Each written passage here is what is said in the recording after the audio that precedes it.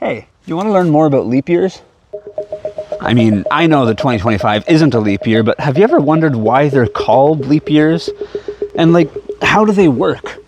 You've probably heard the rule that there's a leap year every 4 years, but did you know that we skip the leap year every 100 years, and we kind of skipping it every 400 years, and we might, just might, start skipping it every 4,000 years. We've got a lot to cover in this video, including this picture of a goat. I've hidden it somewhere in the video. See if you can find it. Let me know if you do. Let's talk leap years.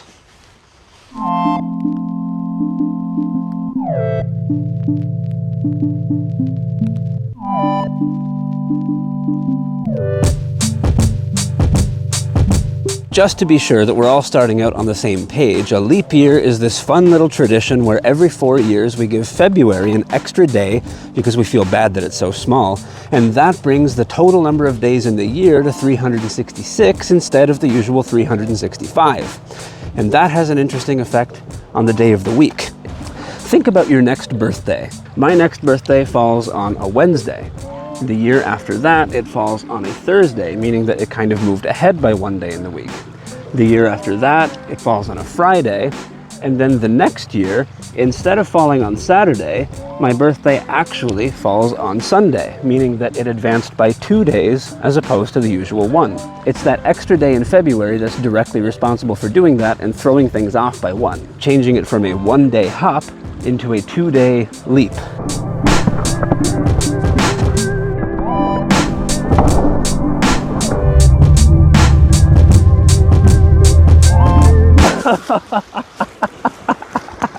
I didn't quite make it. Or at least that's the best explanation I've ever heard for why it's called a leap year. But why do we do it?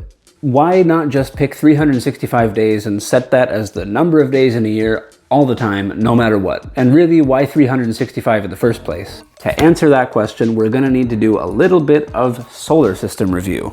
We've got the sun in the middle, and we have the Earth, which goes round and round and round, completing little laps. And whenever the Earth comes back and lands in the exact same spot that it started making its laps, we call that 1 year. As it's going around and around and around, it's spinning the entire time, and every spin is called a day. And while it is only a spin, the official definition of a day is way more complicated than you might originally think, and it's the subject of my next video. As it goes around and around, it spins a certain number of times before eventually landing back where it started, and when devising a calendar system, we really want the number of days in a year on the calendar to reflect the number of times that the Earth rotated on its way around the sun. It's a bit crazy to think that the Earth would just happen to spin an exact whole number of times when doing a lap around the sun, and it doesn't. It is eerily close to being 365¼ spins. But now what would happen if we did just stick to 365 all the time? If we were to pick 365 days and just stick with that all the time, what would happen is that after 365 rotations of the Earth, we would be calling that the end of a year, even though the real end of the year was a little bit farther ahead because the Earth technically needed that extra quarter rotation to get back to where it started. And it won't seem like much at first, but after about 750 years, the seasons would have flipped completely on the calendar, putting the longest day of the year in December and the shortest day of the year in June. And that would be chaos for trying to track things like holidays.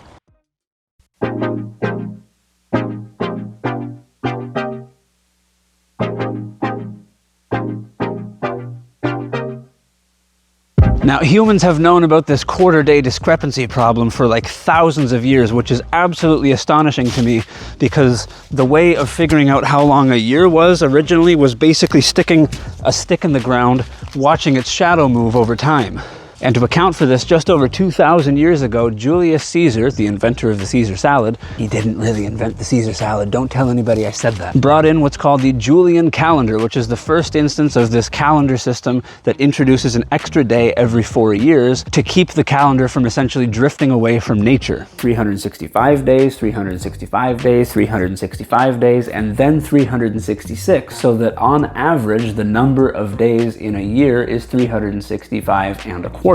but it's not exact. The system of putting an extra day every 4 years actually put a little bit too much time onto the calendar, and the calendar started to outrun nature a little bit, and that started to become a problem when trying to figure out when Easter was going to be. It wasn't until the mid-1500s that people said, we gotta do something about this drift. They were like, whoa, we're off by like at least 10 days, and the world called upon my man Greg to fix it. Gregory came up with this crazy idea of saying on October 4th we will go to bed, and when we wake up the next morning we will call it October 15th. So 10 days disappeared off of the calendar in the year 1582, and that is what got things back on track and synchronize things with where they should be. But then the question was, well, hang on a sec, if we just leave this once every 4 years rule for leap years in place, eventually this is going to happen again. We were doing the leap year just slightly too often. We'd have to skip it every so often. So then Greg says, all right.